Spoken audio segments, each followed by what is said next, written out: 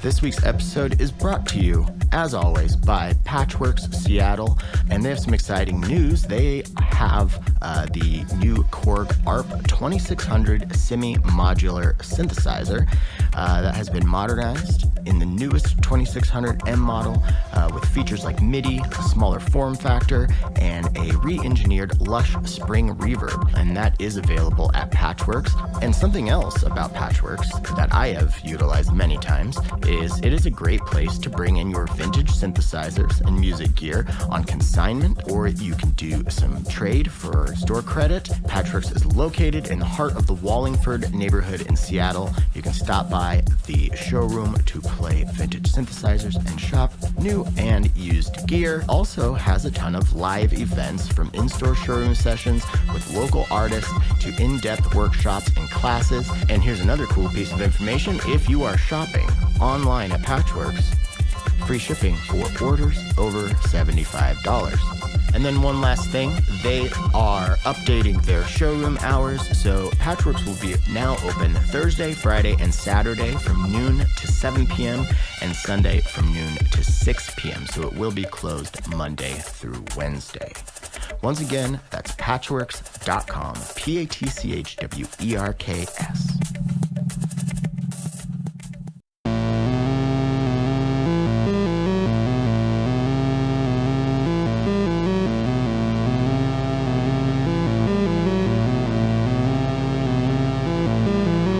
Hello and welcome back to Modular Modcast. My name is Tim Held. This week we have John Herndon on the show. He is the second member of one of my favorite bands on earth, Tortoise, to be on the show. And I'm kind of thinking maybe I'll try to see if I can have 2023 be the year that I have every member of Tortoise on the show. So fingers crossed, we'll see. We have a great discussion and we are going to get into that very soon. But I thought I would introduce you to my new guitar. This is a Cordoba 06012. It is a acoustic electric nylon string classical guitar. Two different pickup systems in it, like a regular, I think like piezo style, and then it's also just got like a little microphone in here, which is pretty cool. Hello. So I thought I'd do a little jam here. I've got the signal from the guitar split and going into the super octave pedal from Boss, and then also into the sound destruction device from Recovery Effects, which I think is one of the most interesting and cool fuzz pedals that exists. I love this pedal so much. So I'm running from the super octave into the 4MS percussion interface and interface expander, and then into the Razor, which is a one-to-one clone of Blades from After Later Audio, also using from Recovery Effects the cutting room floor, and the dual looping delay from 4MS, as well as the mini peg from 4MS. So I'm using the percussion interface expander and the mini peg as all of my sources of modulation, and then just getting some cool sounds. So why don't we well, let me make sure my guitar's in tune.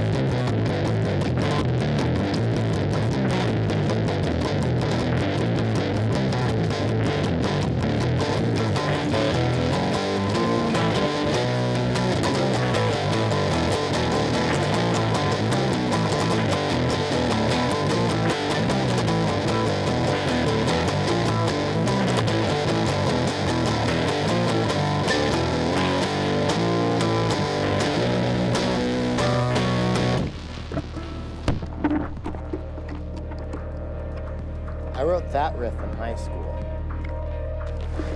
And seeing the military helicopter, whirlybird, flying over, just made me feel like I needed to play some metal.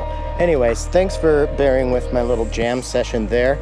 So the music you hear playing under me right now is from this week's featured artist, Ybot, off of the album Direct Message, and the song is called Swall 1, and there's a link to that in the show description. And if you would like to be a featured artist on PodMod, then hit me up on the Discord or Instagram or email at podmodcast@gmail.com. I also want to say thank you to everybody who supports me on Patreon. If you would like to help keep the LEDs blinking over here at PodMod, then head over to patreon.com/PodjularModcast. There's a link in the show description. Also, I want to say thank you to 4MS and to New Systems Instruments, After Later Audio, and Patchworks. Before we get into our chat, we're going to take a look at the tri-phase oscillator from New Systems Instruments, as well as a suite of modules from 4MS. All right, today's demo is going to focus on the tri-phase oscillator from New Systems Instruments and a handful of modules from 4MS, the shaped dual envelope VCA, the envelope VCA, the mini peg, and the shuffling clock multiplier. Also going to use the dual looping delay here. So I know I've talked about the shaped dual envelope VCA quite a bit on the show and have expressed to you all that it's one of my favorite CV sources of all time, but I haven't really shown or told you why. So that's going to be one of the main kind of goals of this video. Also just to show how well the mini peg SCM, shaped dual envelope VCA, and the envelope VCA work together. It's just I don't just keep them in for demos. These are all like mainstays now. Speaking of mainstays, I want to give a shout out to Bastel and Casper. This Aikido dynamic VCA mixer is absolutely amazing.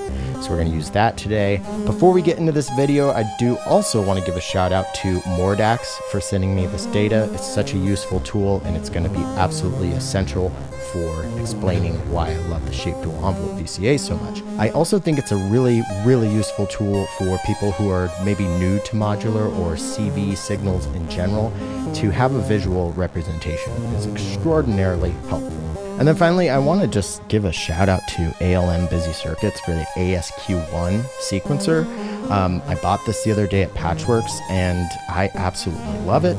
And if you've been listening to the show long enough, you know that I have probably erroneously not had a sequencer for a really long time other than just random stuff. And I think it's because, you know, I've always said I didn't like writing sequences on modules, and that's true, but the ASQ makes writing sequences really fun because I can play them into it, and then that's how I write them, because I'm more of a player than a programmer. Okay, so this, I'm not going to be able to walk you through absolutely everything that's going on in this patch without it taking like an hour, and I think everybody would get bored, and that's just not ideal. So I'm going to put some pretty detailed patch notes in the show description. So the end of rise on the mini peg is a gate that is triggering the channel A on the shaped dual envelope VCA, and then the end of rise on the shaped dual envelope VCA is triggering the B envelope, and then the end of fall on the B envelope is triggering the envelope VCA. So you can see it's kind of a cascading of triggers. And then they're all modulating each other in some shape or form. What's cool about the shaped dual envelope VCA is you can change them in real time. A lot of envelopes that you can change the shape of, they will take that new shape after the cycle is done. This will actually change its shape throughout its cycle. And that's one of the main reasons I really, really like it. And if you don't have anything going into the VCA CV ends on them, then the envelope is what's opening the VCA. So I'm actually sending, I'm sending them all to each other and then out to various places. So lots of crazy control. And this crazy control is going to be messing with the phase of the three oscillators on the tri-phase oscillator, as well as the sidechain and VCA control on the Aikido. Okay, so now I'm going to get the sequence started. I've got all of the attenuverters turned down, hopefully, on all of our modules here, so we can just see and hear their straight up signals with no CV. So let's get this going. And this is just the first oscillator on the triphase.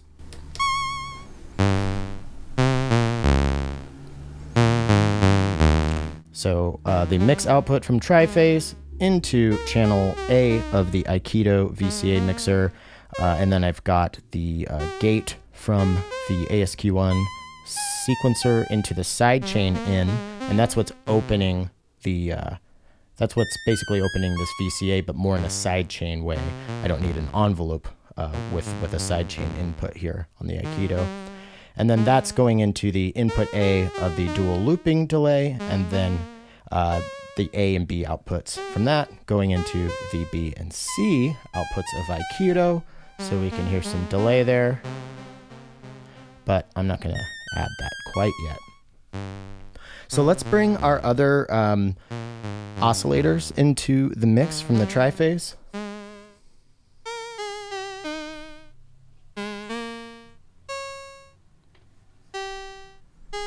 Okay, so that's just some pretty plain Jane stuff going on here.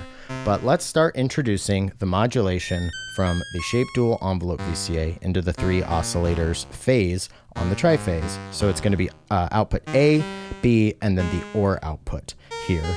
So the top 3 lines on the Mordax data, that's what's going to be messing with the phase here.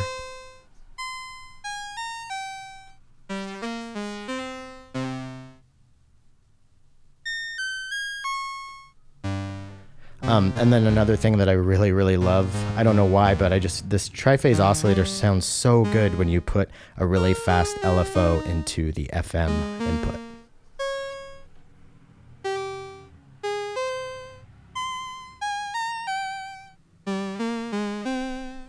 All right, so now let's start introducing some CV control over the envelopes that are controlling the triphase. So first up, I'm going to start changing the shape of the envelope A, but before I turn up that attenuverter, just look at the green line on the Mordax data as I change it manually. So what's really cool about the shape dual envelope VCA is these envelopes change as they're cycling. A lot of envelopes that you can shape will take on their new shape after the cycle is complete, but these change within their cycle, which is one of the reasons I love it so much. So let's just put it all the way to the right with a nice big wide shape, and then use an attenuverter to introduce some negative CV in there to move it over. So you can already hear the characteristic of the patch changing while I turn that attenuverter up. So let's do the same for the B output. I'm going to do the exact opposite, basically just push this all the way to the left so it's a nice little thin spike, and then I'm going to turn some CV up to change that shape. And again, you can hear the character of the patch changing. And now, not only can we control the shape of these envelopes, we can control their rise and fall time. So let's attenuate the rise and fall time of channel A and then B. If you're not watching the video, if you're just listening, I have the A and B channel kind of set up in like mirror images of each other, as far as the shape, the rise and fall time, the CV going into them, and how the attenuverters are all positioned. Okay, so I'm also running an LFO from the quad LFO from New Systems into the follower on the just the envelope VCA. So let's change the rise and fall time here as well. So the envelope VCA, it's not controlling any aspect of the triphase oscillator, but what it is doing is controlling the the rise and fall time of the shape dual envelope VCA's A channel. And then just its regular normal output is changing the shape of the pingable envelope generator output. And then the pingable envelope generator output is actually is changing the time of the envelope VCA. So again, I'll put like some detailed notes because there's a lot of stuff going on here. I've also got the mini peg going into the VCA of the envelope VCA. So as you can see, you can just get like between these three modules, these three envelope generator VCA modules, you can spread CV out and just get all sorts of crazy shapes and whatnot. Let's turn some delay up now on the DLD just to get things sounding a little bit more exciting. I'm gonna add some reverb as well from the Aurora that's off screen. Just a little standard big reverb. Let's see, what else can I tell you about? Oh yeah, let's send some of these envelopes that we're using to control this patch now into the VCA controls of the Aikido. So I'm going to turn both channels down because I'm going to do basically another mirror image thing. So the A output, I'm going to turn the volume up on this, but then I'm going to send an envelope into it and use the attenuverter to turn that into a negative voltage, so it'll do some ducking.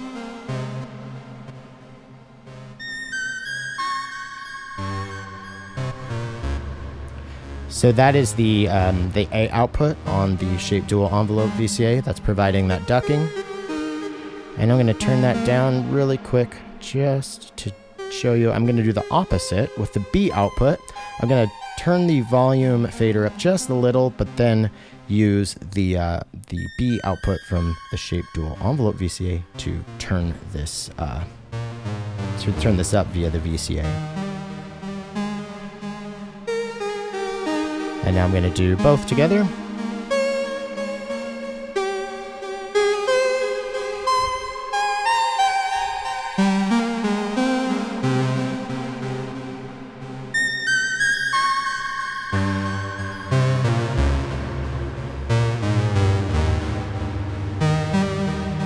And now I'm going to turn the, basically I'm just going to turn all of the modulation up on the on all the attenuverters on the envelopes as well as the triphase oscillator here.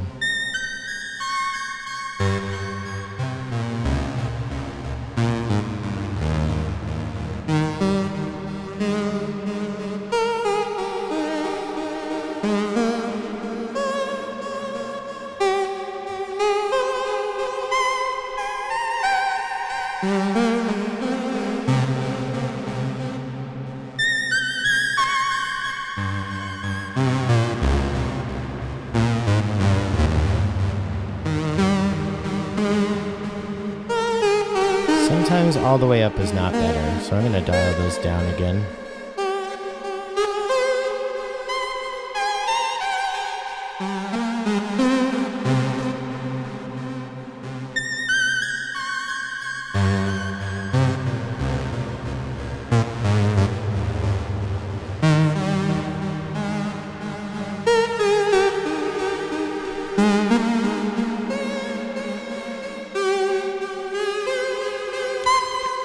And that's why I love all these modules so much. For more information, please visit the information in the show description down below.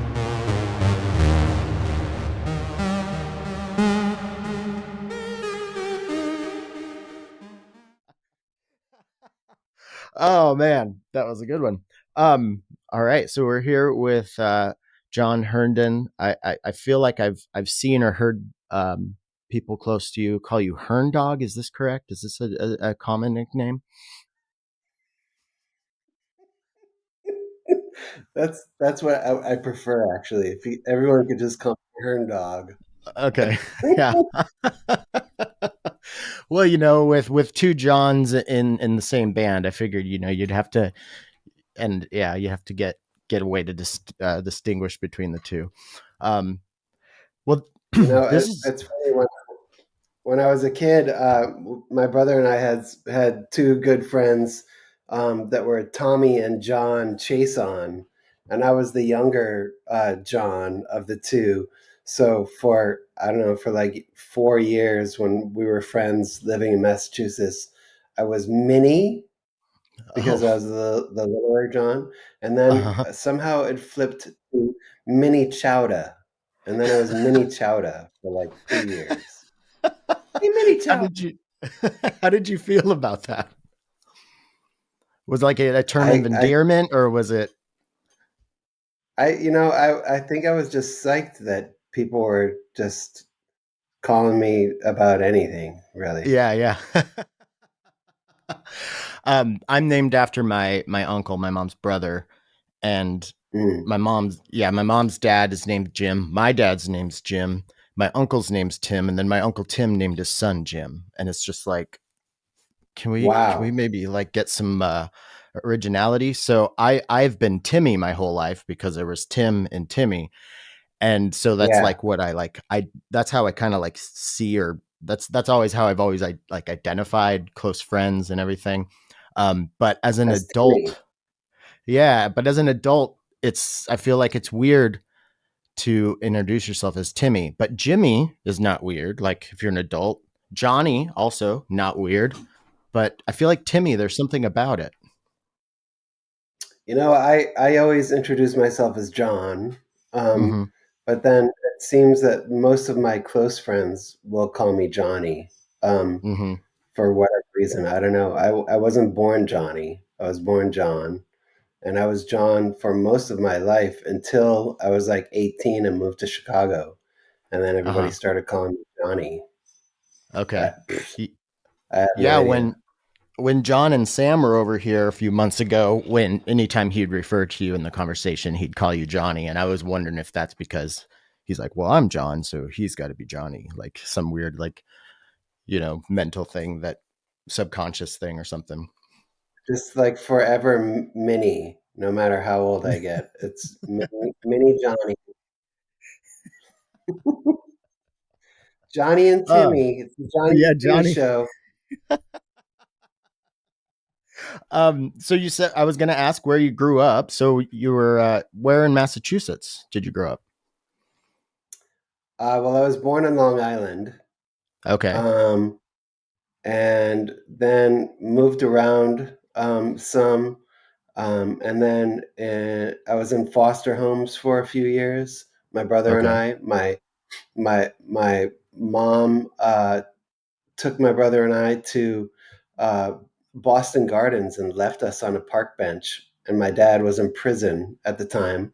So Holy he was in shit. prison for a couple of years, and we went to foster homes. And then we got out. My dad had started a commune in Cambridge, and he met this woman who he married and who later adopted us, actually, um, and became my mom. This woman, Barbara, and so we moved to Cambridge I guess I was 5 years old at the time. Okay.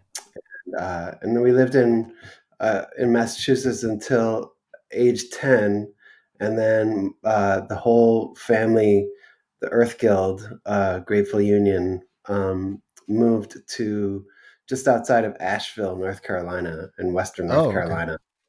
Mm-hmm. I lived there until my senior year of high school, and I moved out. And my mom and dad had split up. My dad moved out to Los Angeles. I lived in Los Angeles from 83, 84, then back to Asheville for the summer, fall, part of the winter, and then moved to Chicago. And then I lived in Chicago for 28 years, um, Okay. and, until I moved out here Right on. 9 years, Los Angeles 9 years ago. Okay. Man, uh, I feel like I have so many questions. I want to like can you talk a little bit about the commune? Like was this like a hippie commune, a religious commune? Like what was the deal with that? Um, Definitely hippie, Mhm. not religious, but there were craftspeople, and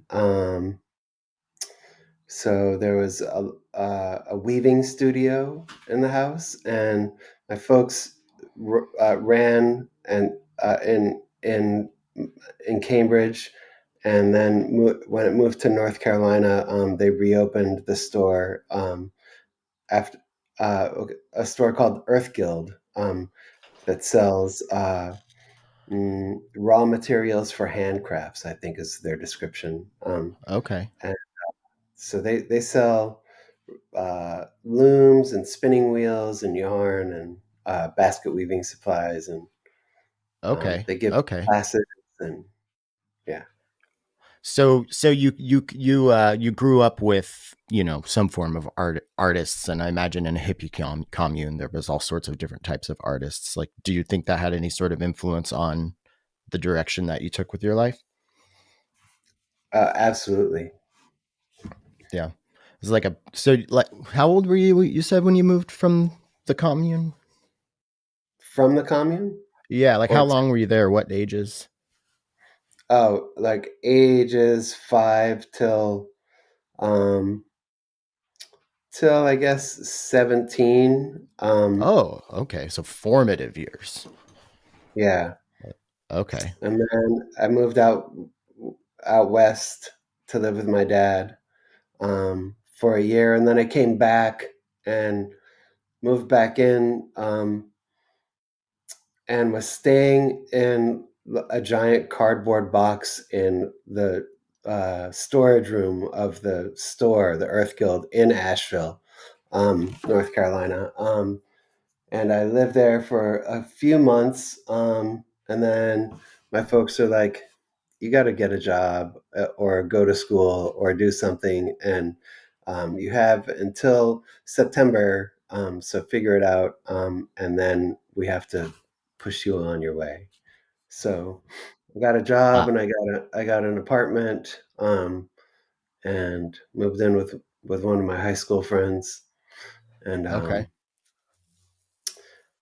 yeah. So when do you start? I always like to ask the same question because it's such a different answer from everybody. Like, kind of twofold. When does music come into your life? Like, when do you realize that you love music? And is there like an origin, like an initial artist or song that got you into loving music? And then was there same question, but for like that transitory stage into becoming a participant? Hmm. Oh man, that's I I'm it seemed like forever I loved music. Um, Hmm. uh, my brother and I used to like put on like these weird shows. Like when we moved to the Earth Guild, uh, we would like put on like vests that were like sort of gold and sparkly, Uh and like huh. and get tambourines.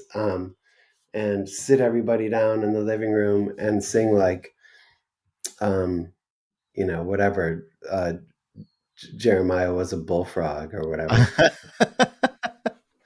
That's awesome. and dance around and stuff. Um, and and then I don't know. We moved to North Carolina. I was always super into like I was really into the Who. My friend Tommy Chason and I were super into the Who. Um, and we went and saw like Tommy, the movie when it was out in the theaters like 8 times Hmm. or something. I was like 8 years old or whatever. Um, but so we were always like listening to the Who and to there was an early version of the band Boston that would rehearse in my folks' warehouse space, and when we were in Oh, really? Cambridge, um, my uncle Jonathan was a front of house sound man for an early version of Boston, and then later toured with Hall and Oates doing front of house sound for a while. Holy shit. Okay, right on. So you Um, like you had like a little bit of an in into like the rock world, then like kind of influencing you a bit there. yeah, I saw the Rolling Stones on like the Goat's Head Soup tour in like 1974, and Stevie Wonder opened for Oh, the whoa. Stones. Um, my folks had a ton of Stones records, and then they had a big record collection, but they had a bunch of Stevie Wonder records. And I remember seeing that concert and then coming back and just like listening to the Stevie Wonder tunes, like the records just over and over and over, and was super blown away by that. But I didn't really start playing an instrument until we moved to North Carolina, um, and then I just somehow I tried to play guitar, and I was kind of fumbled around on the guitar a little bit. Um, Never got very far with it. And then somehow the drums kind of like uh, piqued an interest. Um, Hmm. and So I talked my folks into I like did the whole thing where I got some sticks and a practice pad and like set up books in different levels on my desk and like would listen to music and like pretend that I was playing across a drum kit or whatever. Uh-huh. Um, I never was able to like use pots and pans because my folks are like, Yeah, yeah. So I just use like Time Life art books or whatever. Like it'd be like Yeah, yeah.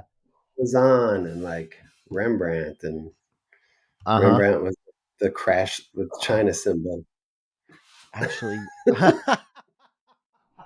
on, I want to grab something real quick. Um, Because you're an artist, I think you might appreciate this. You mentioned Time Life.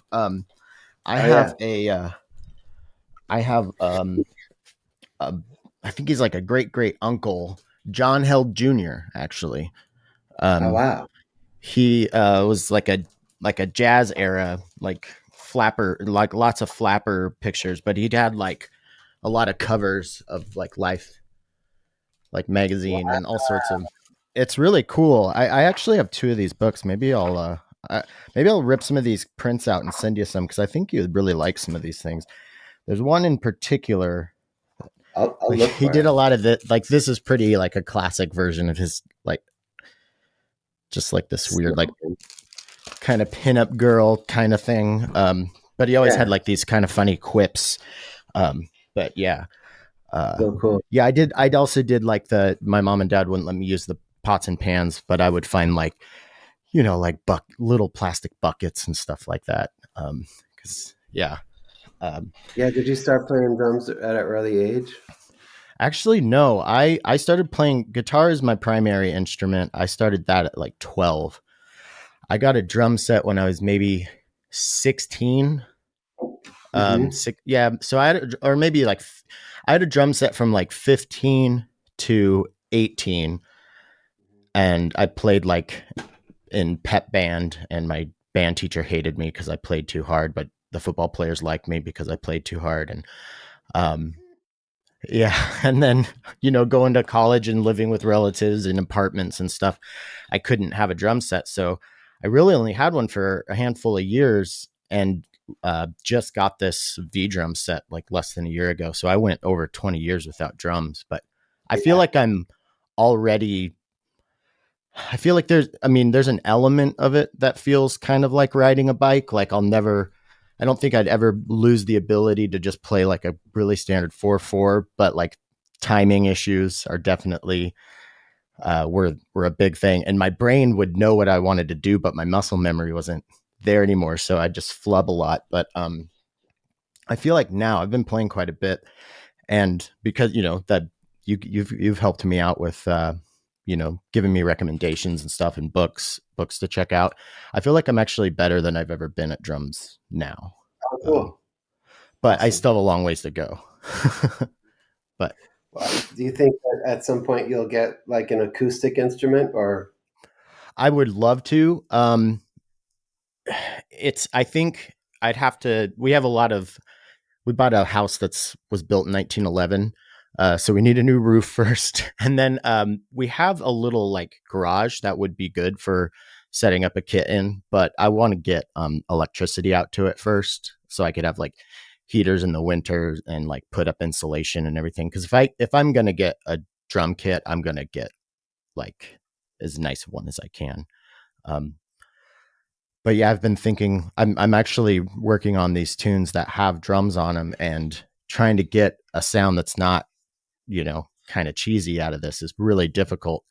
So I'm trying to think of who I know who has a kit, who I can go like.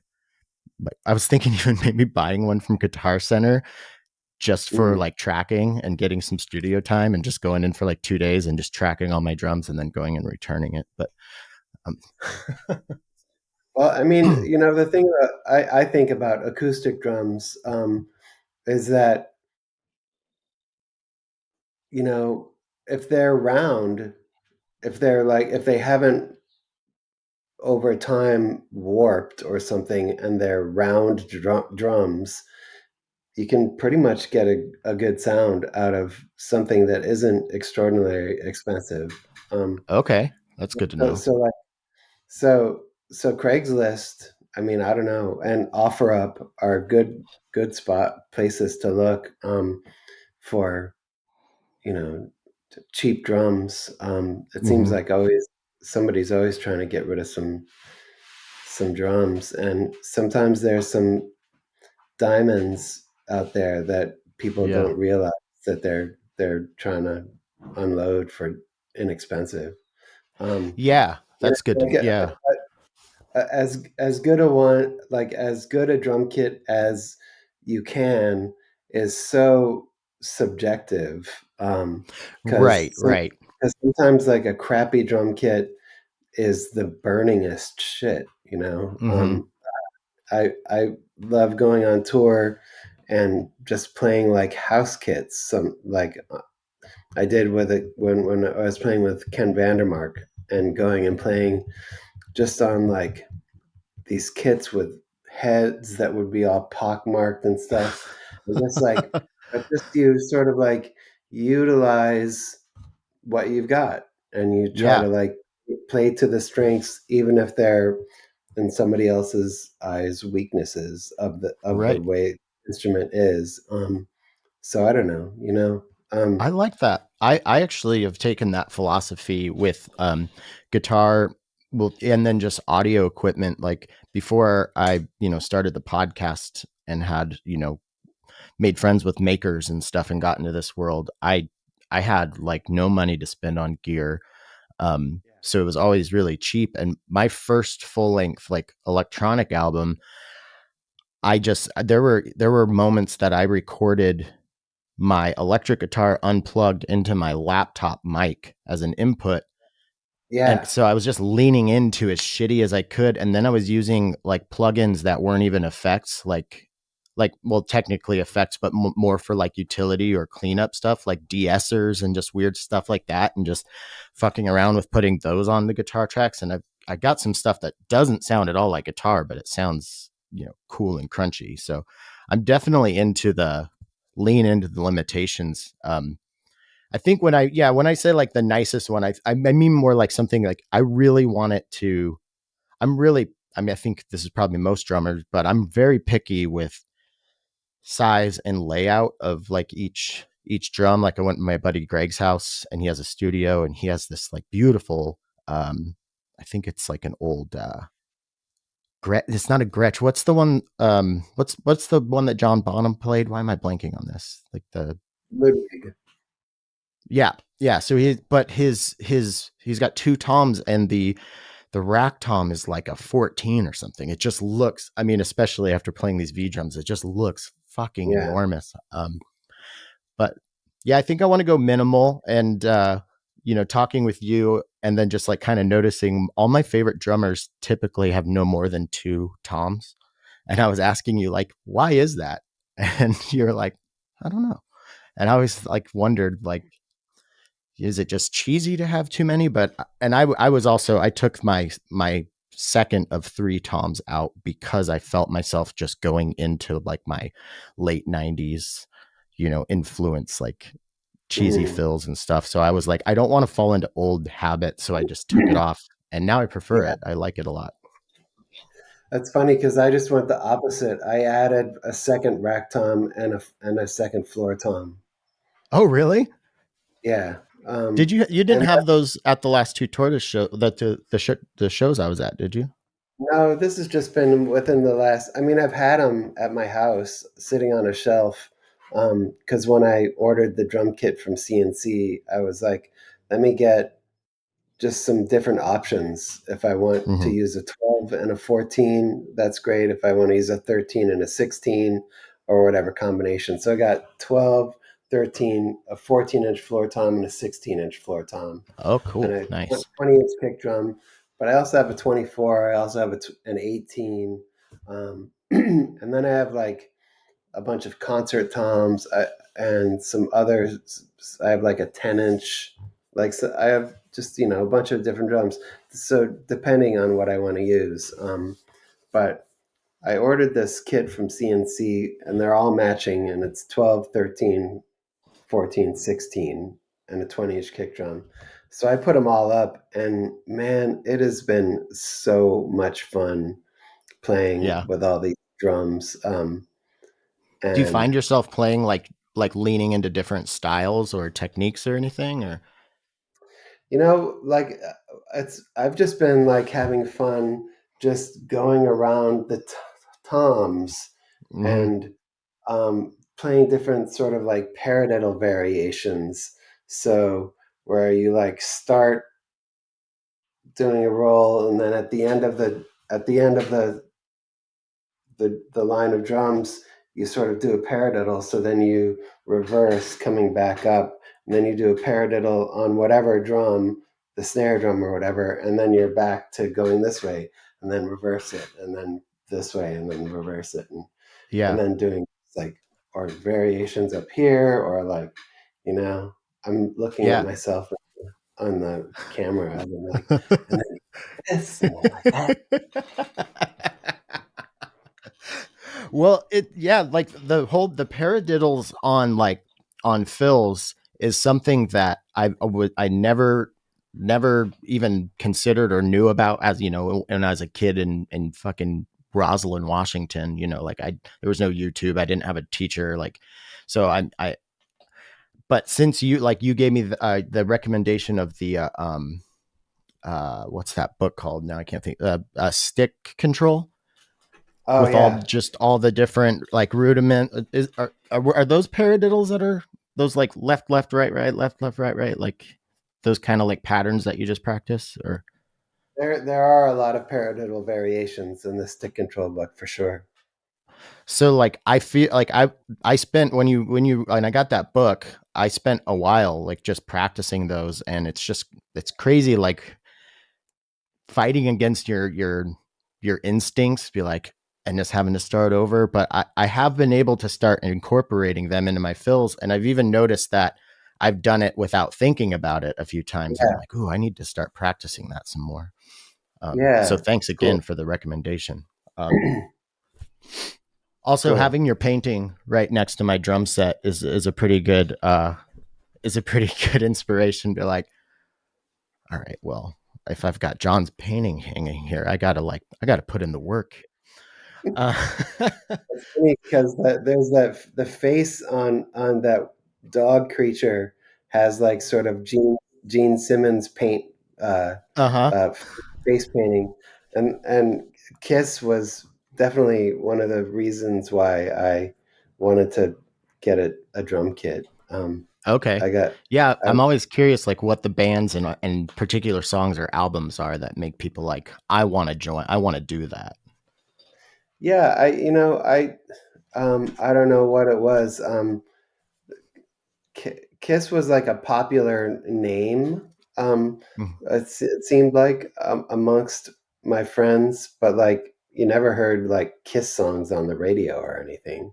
Um, but they were like people were like, "Oh, Kiss," and then I saw a photo of them, and I was like, "Holy shit! What are these guys doing?" They look like weird like Japanese monster movie guys or something with mm-hmm. like big old crazy boots on and stuff um, and then I heard some records, maybe like a studio record. I heard like I don't know, like Rock and Roll Over or something, or the first one, and I was like, I don't know, it's not really hitting me. And then someone was like, oh well, you got to hear Kiss Mm-hmm. Alive one, and I heard that record, and it they just like had they it's so raw, like, and the band was really had a crazy boogie New York. I didn't know this at the time, but it just like they have such a crazy bounce, and like Mm-hmm. Ace Ace Frehley was like he's just like slaying those leads on that record. I don't know, like it was just had all the elements, and it sounds really like kind of rough and like like uh, you know kind of overblown, and like they're really pushing the tape, Mm-hmm. and Mm-hmm. this has a great sound to it. The band sounds smoking, and I was like, oh shit. And I don't know, like Peter Criss isn't like a great drummer, but like I don't know, something about just like hearing that band. I think it was like I wanted to be like Ace Frehley, but like on the drums. Uh-huh. Yeah, yeah. That's awesome. Um But but s- but then but then I heard like um Exit Stage Left by Rush.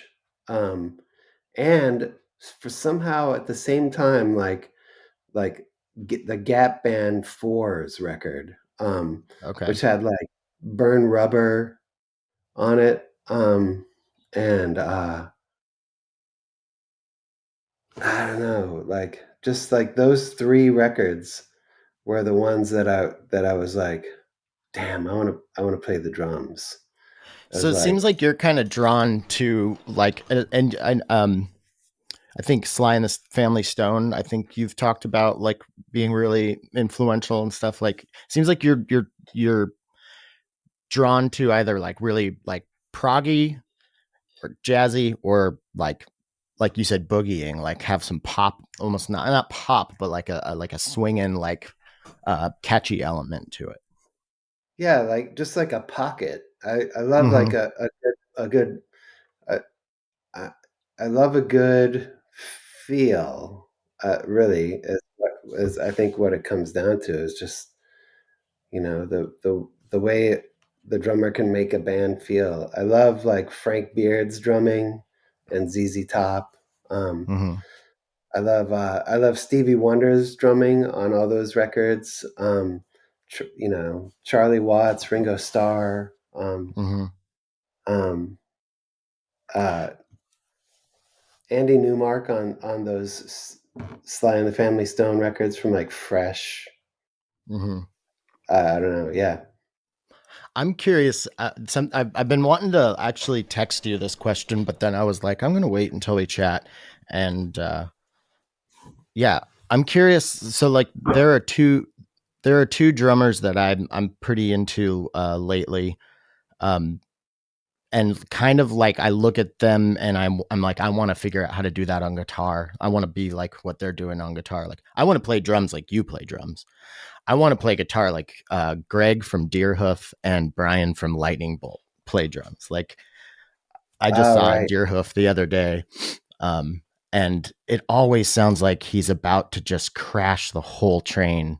You know, the whole song is gonna fall in, and then it's just like, but no, he totally did that on purpose, and it came right back around. And I watched this video of him live. He was only had a kick, a snare, and a china cymbal.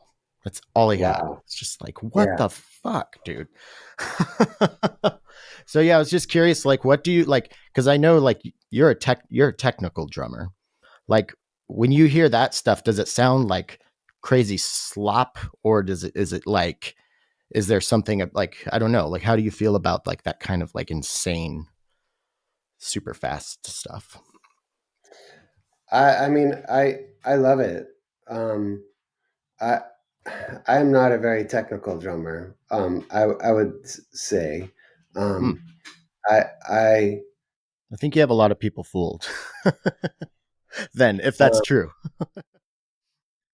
I mean, I've worked on I've playing the drums for a long time, so I think Hmm. just because of that, you get a certain amount of technique. But I've never Right. been like um, there was only like a short period of time where I ever like had any ambition to be like a flashy technical drummer.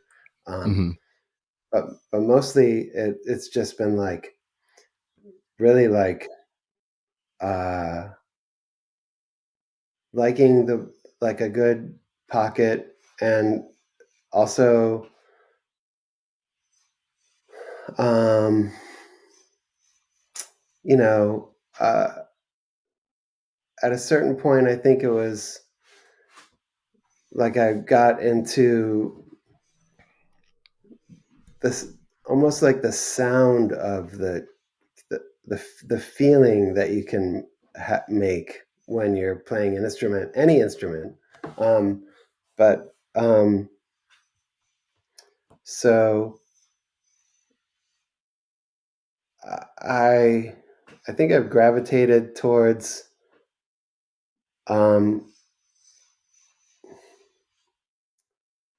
you know well I'll say this about what you were asking. Like I love Brian Harvey from Pig Destroyer, who is just fly by the seat of his pants, Hmm. like steamroller kind of drummer. There's this band called Magruder Grind. I don't know who That's it's an amazing any name. any of the members are, but I really love to hear that band. There's also this band called Gulch that I really like. Okay. Um, and their drummer is totally bananas, awesome. Um, they're kind of like I really love grindcore drumming. Hmm. I really love the band Kraft. Um, they're a black metal band from Sweden. Okay. They sort of do this like mid tempo blast beat thing that I think is awesome. Oh, cool. Um, like I love early Dark Throne and like Hmm. early Mayhem. Um, and that kind of stuff. But I also love like Style Scott with like the Roots Radix band and like all the stuff that he did with Aggravators or whatever. And I love it, like his playing on those Dub Syndicate records. And I love dub reggae, and I love funk, and I love the Doobie Brothers, and I love Steve Gadd, and Hmm. so um, I love Elvin Jones, like a steamroller of a jazz guy who Hmm. uh, often will kind of like give the feeling that things are going to sort of spiral out of control, but he is always like sharp as a tack, and Hmm. and and Tony Williams can kind of feel like that sometimes too. Uh, so I don't know. I I love all the different kinds of drummings, Hmm. and So I, you know, I think like it's weird when you're practicing. So I often feel like I'll hear like some black metal, and I'll be like, get really psyched, like, yeah, I'm gonna practice blast beats, and I'll do that for a while, and I'm like, and then I'll be like, I don't know, and then I'll just like play like a Michael McDonald record or something, and be like, Right. Yeah. Yeah. like super like chill guy in the Uh-huh. beat. I don't know. I think Well, that's beautiful about music is that it's so uh, it can it can it's it can meet any emotional space that you're in, a psychological place you're in, and I don't know. That's why it's some people love. People sometimes love one thing and then love another extreme, and I think that's mhm. great. This week's episode of Modular Modcast is brought to you by Novation and their flagship synthesizer, the Summit. I've been using the Summit a lot to create samples to put into my stereo-triggered sampler from 4MS, as well as just playing keys. It is a lot of fun. It's super easy to use. It's very deep, but not at all intimidating, very navigable. It also has been very inspirational for me as far as writing new music. So, if you would like to check this out, please visit the show description and click the link. And once again, thank you to Novation for their support of Modular Modcast. Yeah, I like the music that I make on Modular Synth doesn't sound much like what I'm listening to day, and what I make with a guitar and drums doesn't sound anything like what I'm making on Modular Synth. And I'm trying to like marry those worlds, but um, I guess what I'm trying to say is like like loving stuff that I hear, like, at first when I wanted to be a musician, I wanted to just kind of emulate and like rock with, rock out like the things that I'm listening to. And now Yeah, I feel like the listening and appreciation thing, there's definitely a crossover, but that, and then like my creative expression, there's not like a really strong like tie between the two for me. And I kind of get the sense of that from you as well, because you've just named so many different things. um and then the grape dope stuff versus the tortoise stuff, pretty different as well, so it's just like it's more of like it's like a love of the game, kind of approach, it feels like. yeah, And back to the technical thing, I feel like something like a through line that I feel like I kind of get the sense of from you and all your bandmates in Tortoise is you are all really great musicians, and like you use the word like flashy, like not really going for the flashy stuff. I feel like you guys are all like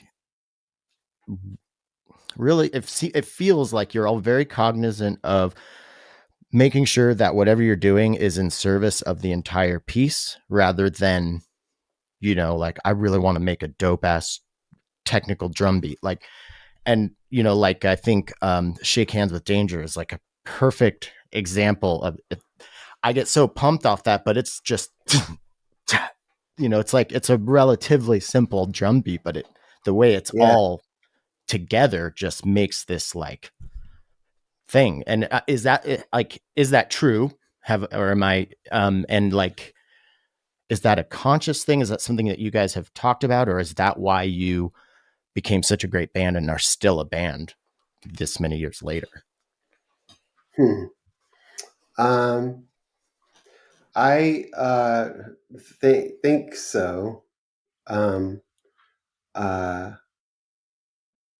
it's not something that we ever talk much about. Um, Mm-hmm. uh, you know, I have sort of realized over the years that when I play something that sounds flashy or whatever, and I hear it back in playback, it makes me feel really like, ugh.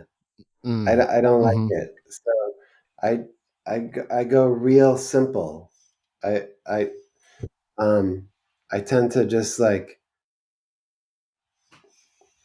uh I'm like a hip hop kid. Um Mm-hmm. I like a beat. Um Yeah. and I really love drummers who are playing a lot of notes and stuff, but um it has to be like right place, right time. With Tortoise, it's just not that really. Mm-hmm. It's like um nobody's really like trying to play something um, that is that they're going to jump off the stage and do a flip to or something. I don't know. Right. Um, Yeah. uh, it's just a different kind of thing. Although I think you get a lot out of it just a Mm-hmm. doom, Mm-hmm. but um, we're not. It's not the MC5 or anything. Uh, Right. I love the MC5. And uh, I guess I've had musical outlets that have been more like that. Um, but then something about like you know, I think just like beat oriented music sort of framed how uh, the tortoise was like the foundation of tortoise. Mm-hmm. That makes sense. Yeah. I mean, um, yeah, that makes total sense. I want to kind of go back here because I feel like I think I went on a tangent that derailed us. But okay, so Kiss Alive, you get a drum set. Do you like you start playing in rock bands then? Like, is this teenage years? Hmm. Okay, Yeah. I okay, think I got a drum kit maybe age 12. okay. Um, and so I started just practicing. I, I talked my way into being in the high school band like a year earlier than people were supposed to be in because I had been taking some lessons and I could read, and I auditioned and I got in the marching band. So Nice. I was doing that and practicing and playing with some friends in like the barn or whatever. My friend's dad had like a trout farm, so there was like a Oh, whoa. uh, a little small house on the side of their house where they had a bunch of freezers for all the trout and stuff that they were uh, selling. So we would set up in there and practice sometimes. And then there was a band that were like friends of my folks that were all maybe just like a little bit younger, sort of like between my age and my folks' age. Um, but I guess I mean way closer to my folks' age than Hmm. me. And they had a band that was playing kind of regular gigs around Asheville, playing like bar gigs and weddings and hotel gigs and stuff like that. Little street fair gigs. And their drummer left for whatever reason, and I think I was like maybe 15, and they asked if I wanted to be the drummer. Uh huh. So I That's got to started feel so playing. good as a 15-year-old, like having the adults like being like, "Hey, you're good enough to join us," like nice Yeah, little that, that boost was of a cool. confidence and stuff. Hmm. Yeah. So that I so then I've played in that band like all through high school. Um, uh, and and that was really fun. We did like it was just a lot of covers and Mm-hmm. a handful of originals, but we did some like Les Paul and Mary Ford um, tunes and um, uh, some like Credence and um, some old rockabilly and some '60s rock and roll and um,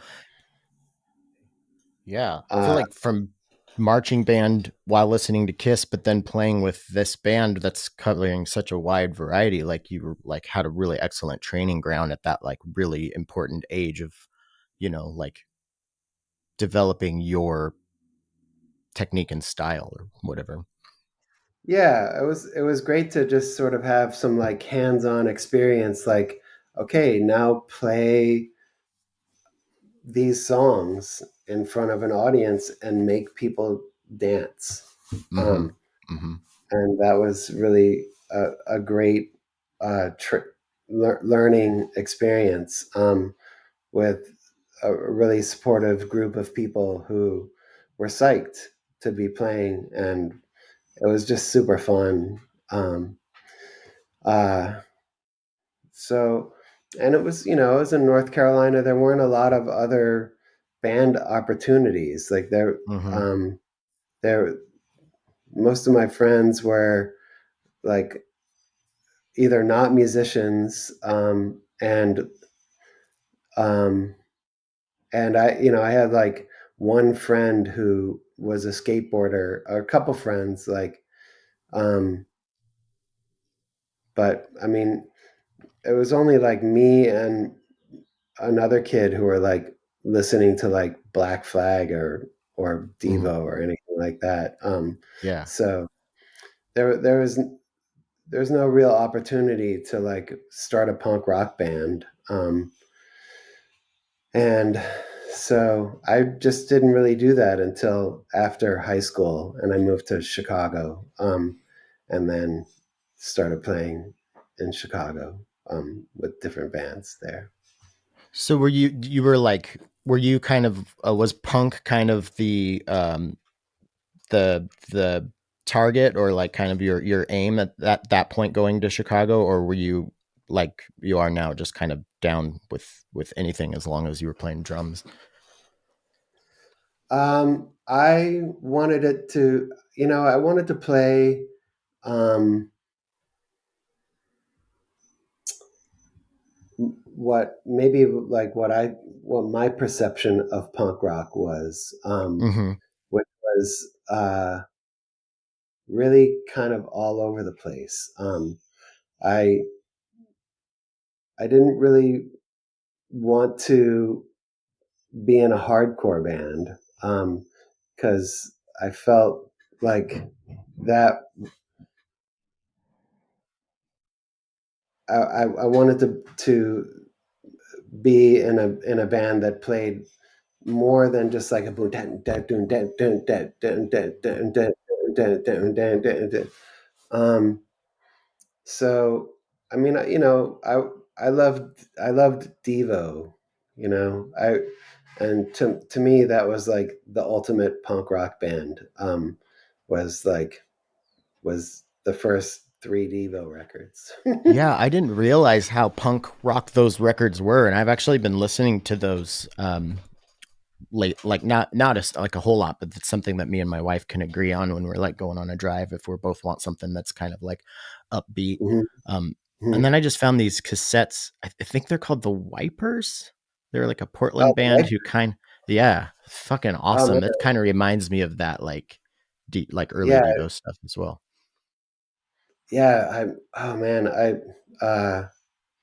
is the record "Is This Real?" The Wipers record. It's got like "Return of the Rat" on it. Um, Okay, I think I have that one. I got two of them. One's from like one is earlier and sounds a little bit more Devo-y, and then the one from a few years later, it sounded like they were starting to get a little heavier, but mhm, still like the same through line. It seemed. yeah. Um,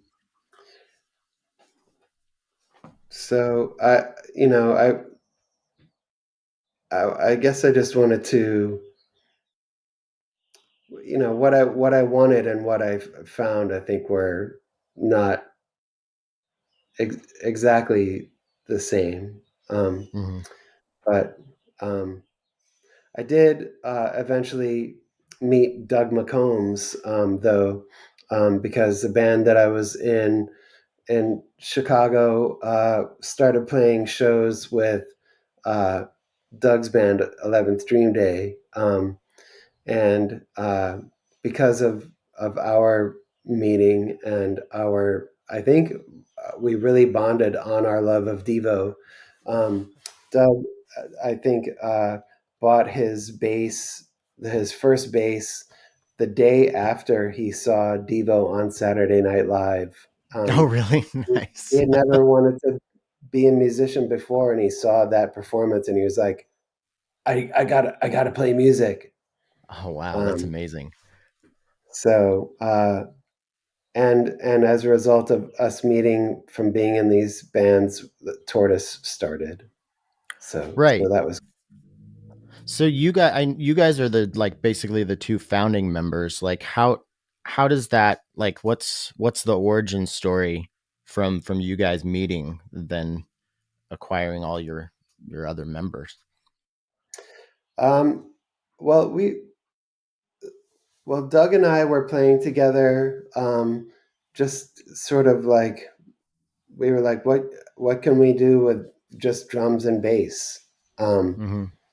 and he was kind of writing all these sort of riffs or songs or something on the bass, and we were getting together sort of sporadically, and trying to write songs, just as a duo.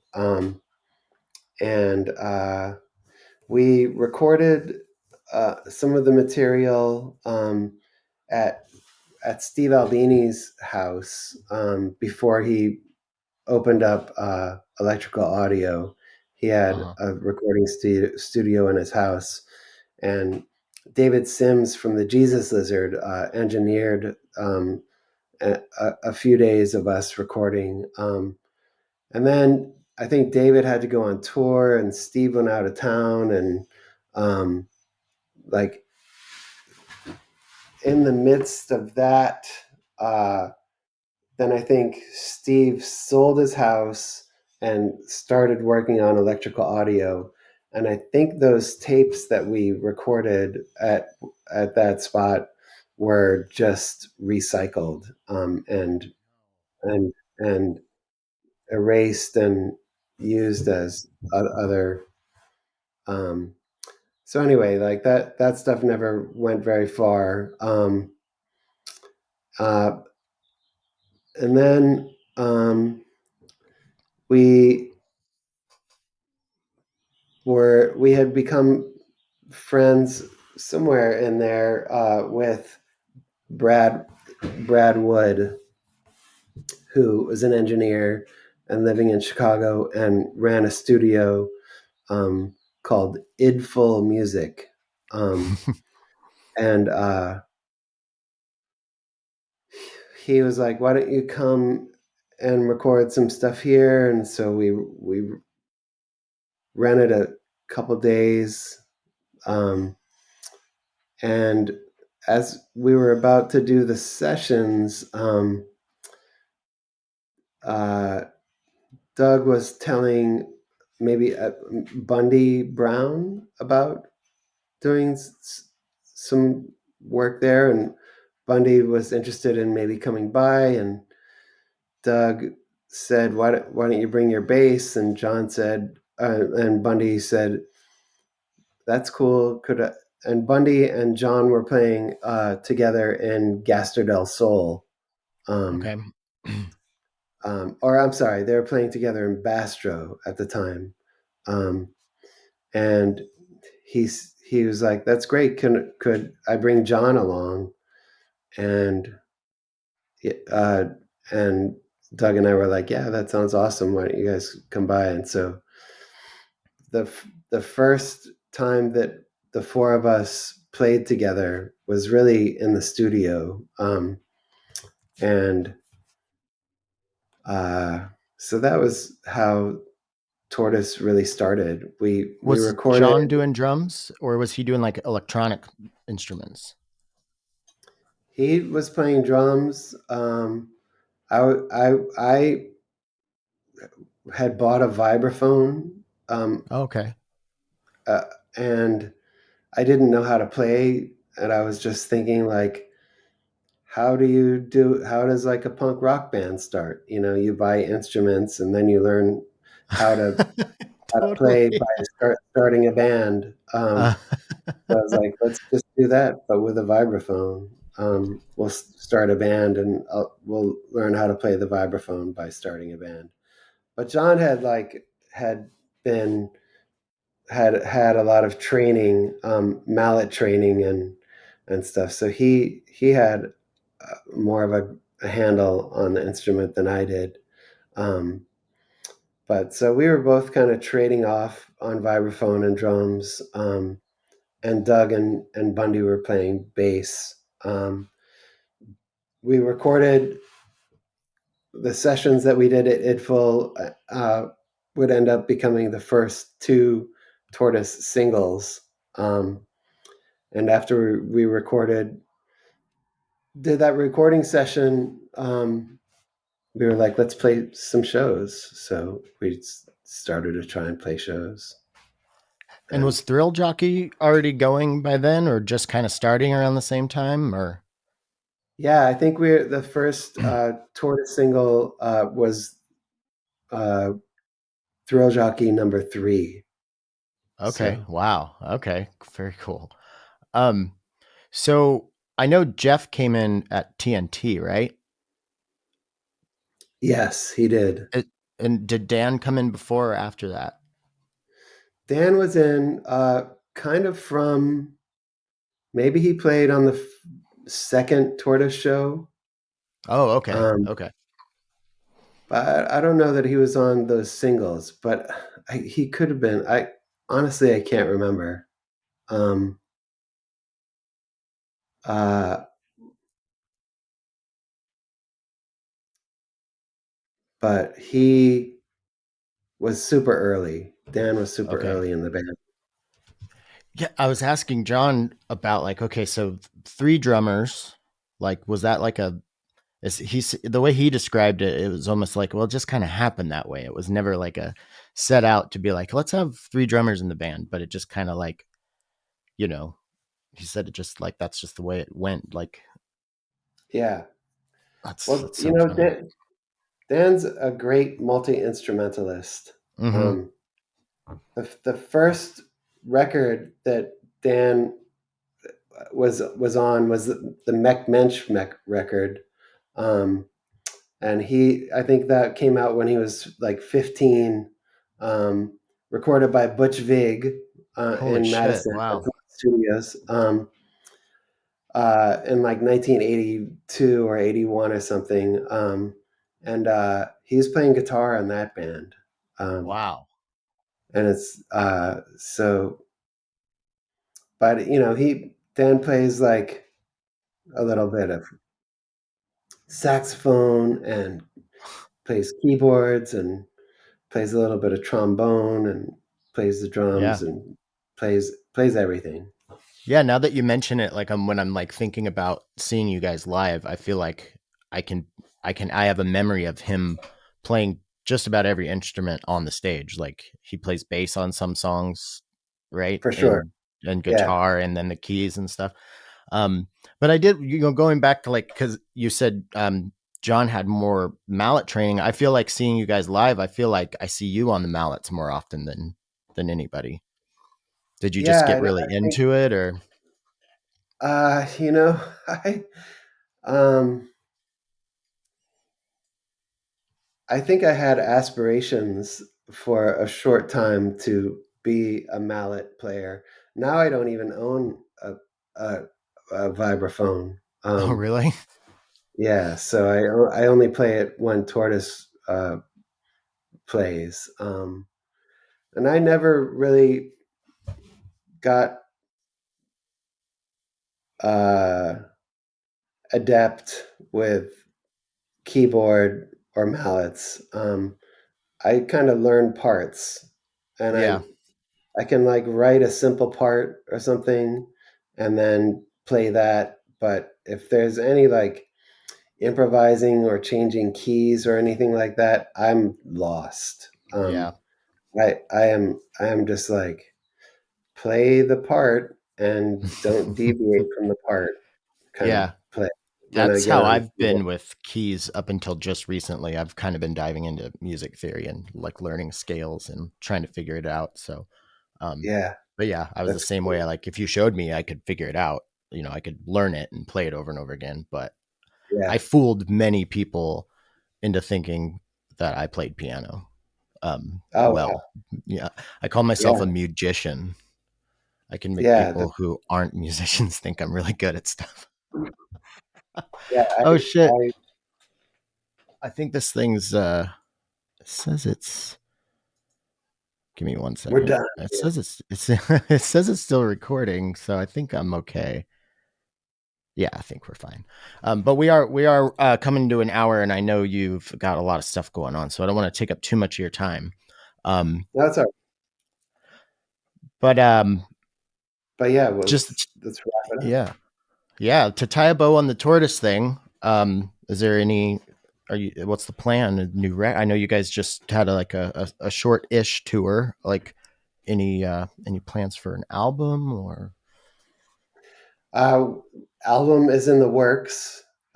We've been recording at Flora Martine in Portland, Tucker Martine's studio, Okay. with John at the helm again. Um, and every Tortoise record seems like it's never going to happen until it's sort of like, and the last minute, like, we'll like form a shape and then hold that shape. And then you're like, oh, damn, that's a record. It's the weirdest shit. I'm always I just like, love that. okay, what are we doing? I haven't, but the last session that we did there, I, I could feel that the songs were taking some shape. Okay. But it's a real slow process. I I wouldn't recommend it to anyone. Making record. I mean, I make records in this like in bedrooms, by myself, and that takes me forever. So I can't imagine like five people writing parts for multiple instruments and the tracking of all of that, and the mixing.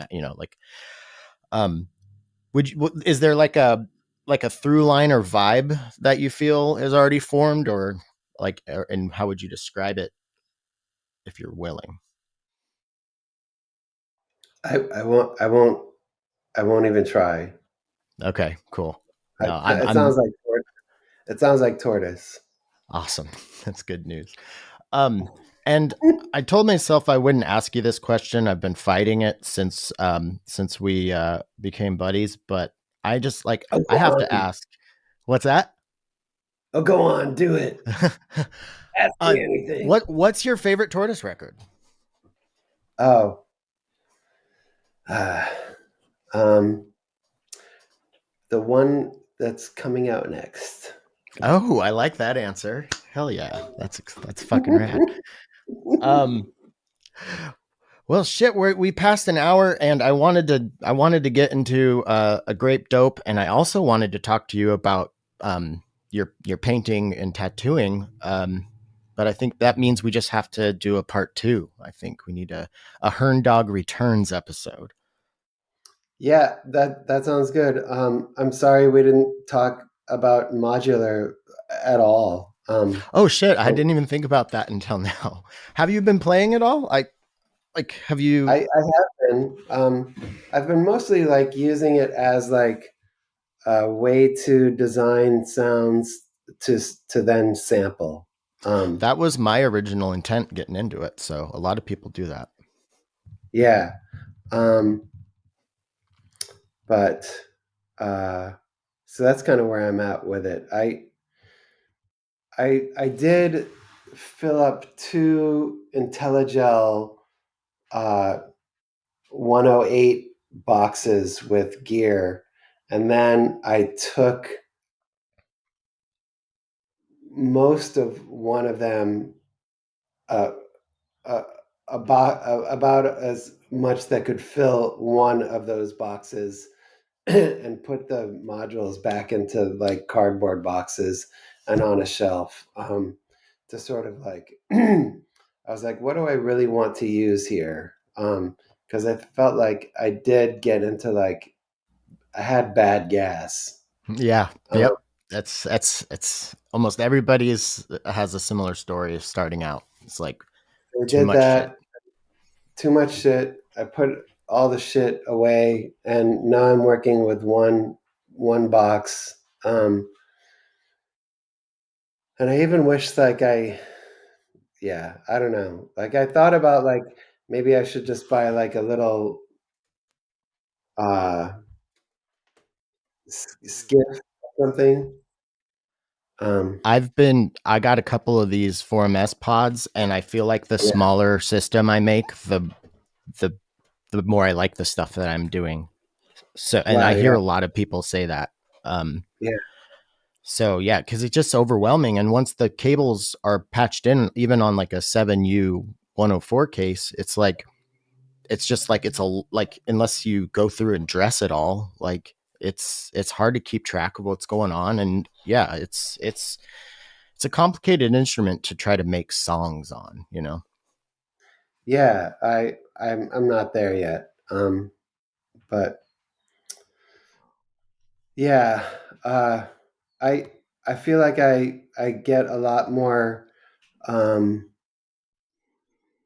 I cover a lot more workable, likable stuff with like the Digitact. Um, I don't know. It's just like something about like just a um, something that has all of the shit built into it that you can be like, Mm-hmm. okay, now I'm gonna like use the amp and get the everything's like in there. I don't know. Like Yeah, I'm I think. I'm I Mhm. haven't wrapped my head around the modular stuff quite yet. But I'm getting there.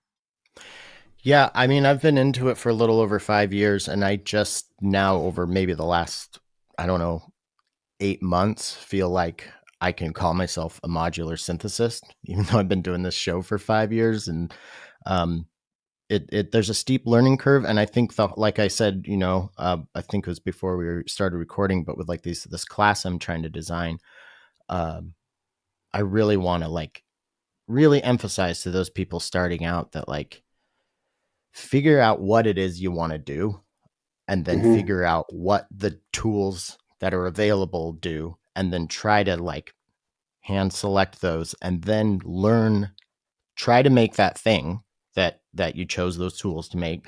um, and don't give up, don't be, oh, this isn't the tool for it, I need this module. Like you could probably figure it out, but it'll might just take a long time. Yeah. So yeah, it's definitely a really steep learning curve.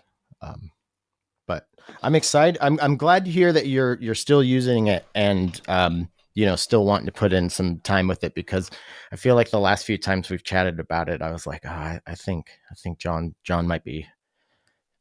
I don't know if he's into. I don't think he's going to stay in the modular world for very long. So I'm glad to hear you're still Oh, messing with it.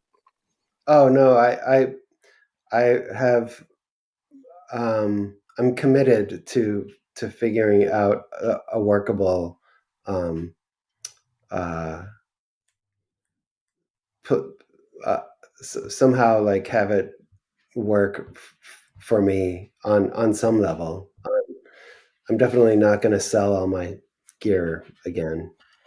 Yeah, just all I if I could ask anything of you, if you decide to sell it, before you do that, let's get on like a Zoom chat, or maybe I could fly down to LA and get tattooed at the same time. But just like I want to like look at your system and talk to you about what you want to do and try to like give you some pointers or something, because I think like I've had so many people help me along the way and it's made a huge difference. And yeah, it'd be fun too. Okay. I, you know what? Maybe what if I um do you use Spotify or Apple Music or something? Yeah, I use Spotify. Mm-hmm. What if I like made you a playlist Mm-hmm. and I was like, these are some of the things that I like. Um, how the fuck are these people doing this I shit? love that. I love playlists. Yeah, that sounds great. Yeah, send me one. Make one up. Send it to me, and I'll take a listen. I mean, the answer for a lot of it's going to be like, well, there's a lot of ways you could do that, but I'll think of when you do that. Will you also just send me a picture of your current case and like what you have been gelling with as far as like Yeah, gear goes? Mm-hmm. I will. Yeah, Yeah, yeah, yeah. I think we could get started with that. So, yeah. I'm super into the after later knits. oh yeah, Um, yeah. and I that's like I think my favorite module these days. Yeah. Yeah, that's a real so that's the clone of the mutable plats, and that's just like one of the most, yeah, people love that thing. It's great for drums and voices. Yeah. Yeah. So that I've just been using that mostly, and uh, trying to get my head around like the Hermods, the Squarp Mhm. Hermod, Mhm. um, in Sequencers are conjunction weird. Yeah. in conjunction with pachinko, and then having it all sort of clock from the digitact.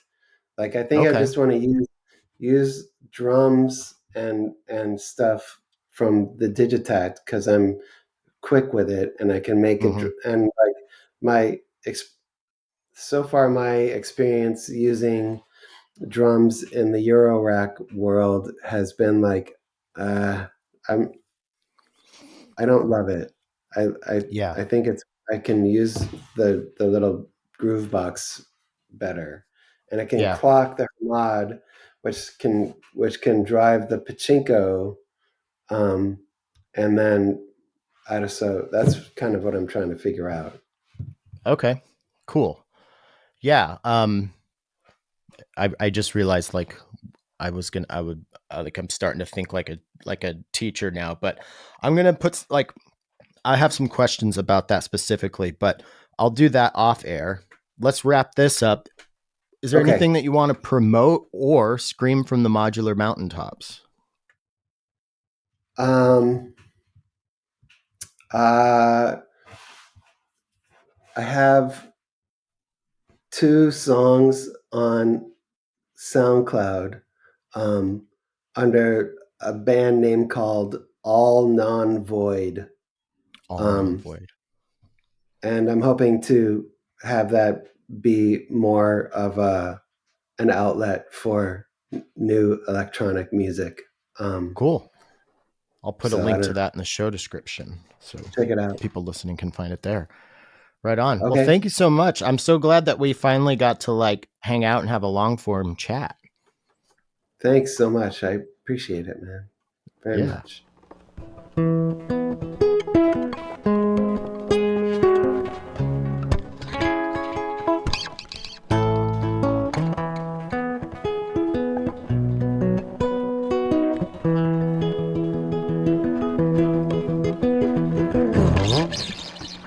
All right, that's our show. Thank you so much for coming back to Podular Modcast. Please check out all the links in the show description to our lovely sponsors, our featured artist, and to all of John's music under Tortoise and a Grape Dope.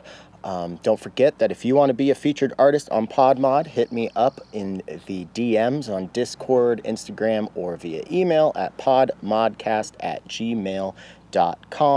You can also support the show on Patreon, link in the show description. This week's secret word is Spooky shed. That's 2 words, but I make the rules, so who cares? Until next week.